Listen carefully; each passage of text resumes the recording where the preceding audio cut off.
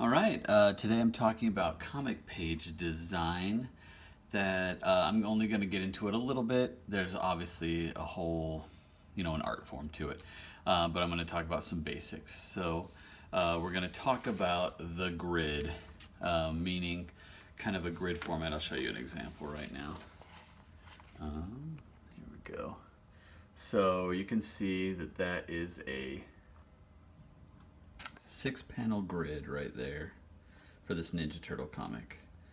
And 6 panels is pretty normal for the average comic page. Okay. And we're going to talk about the grid format, a few of the different kinds, how it works, repetition with variation, and how you see them, and then just mention a little extra things, okay?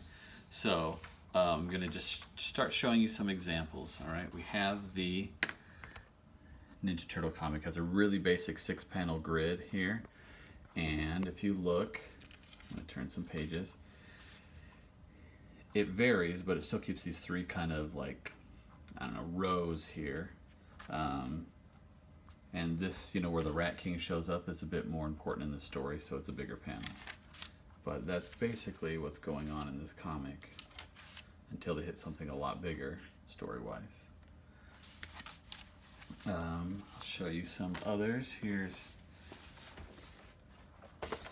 Asterios Polyp here, also a 6-panel grid. But if you look at an earlier or a different part of the story, it's way more open. So you can use the grid, and vary from it in different ways. I'm going to show an example here from Mouse. In the earlier parts of Mouse, there's just a lot going on in most of it. And what this does, by having so many panels and so many words and everything crammed together, is it helps get the mood and the feeling of being trapped, among other things, which is what Mouse is kind of all about. So the grid is still used, you can see, but there's a lot more variation on it, and everything feels a lot more crammed together. And then it opens up a little bit when it is the author speaking to his father after, after all this is done. So I'm going to show you a little bit of a variation here. Let me move this Asterios Polyp. There's a Dragon Ball comic here, which has its own kind of grid system. And it's a little bit more action oriented, so the Toriyama is playing with it a little bit more, having bigger panels and smaller panels, and some variations like that. Here's an extreme version of that, Shark Knife Double Z. There's no space given at the edges, super tiny gutters, it's just all full of action. This is harder for me to follow than, say, something more like Asterios Polyp. When you use that 6-panel grid, I just want to show you, it doesn't have to be clean like the other ones. You can use whatever type of lines fit your style. But as you see, this comic by Noah Van Sciver here, One Dirty Tree, follows the same kind of 6-panel grid. I'm going to show you one superhero comic here, an X-Force, huge thing that I have here. There we go. Also is following a similar kind of grid, if you notice, with some variations. Okay, so talked about the grid. These have all been for comic pages. Okay. If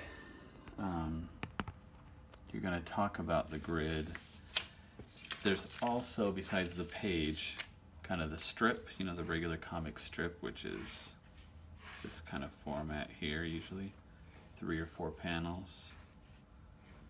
And you have the thing going on here, and here, and the word balloons. And then here's the gag or whatever. So that's a comic strip format. Obviously these are usually very similar in size. There's some variation there. If you do comics for Instagram, where you swipe this is the same kind of format you're going to have, except for they're going to be perfect squares probably.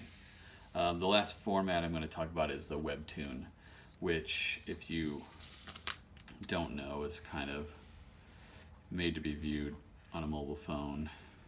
That's my goofy mobile phone here, where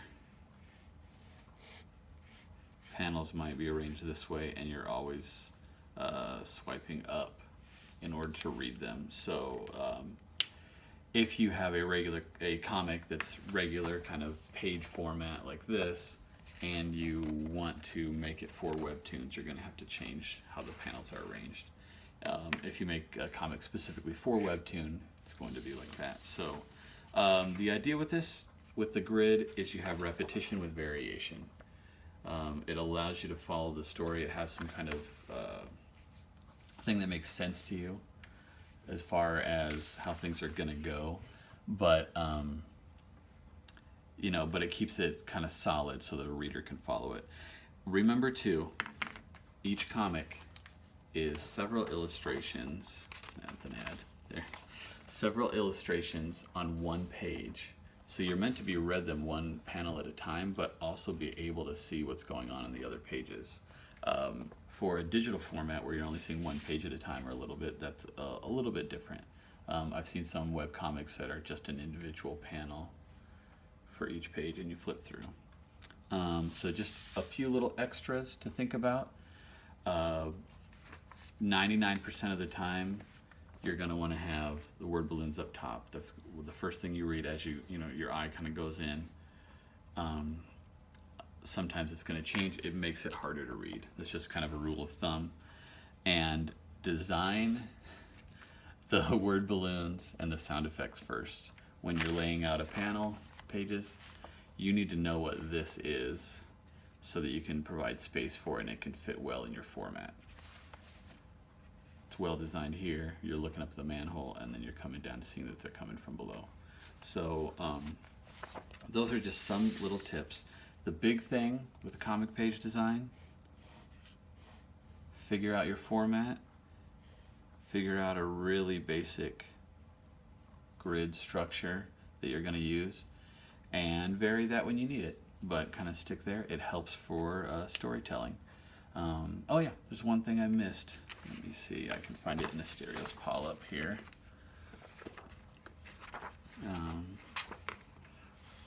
Here we go.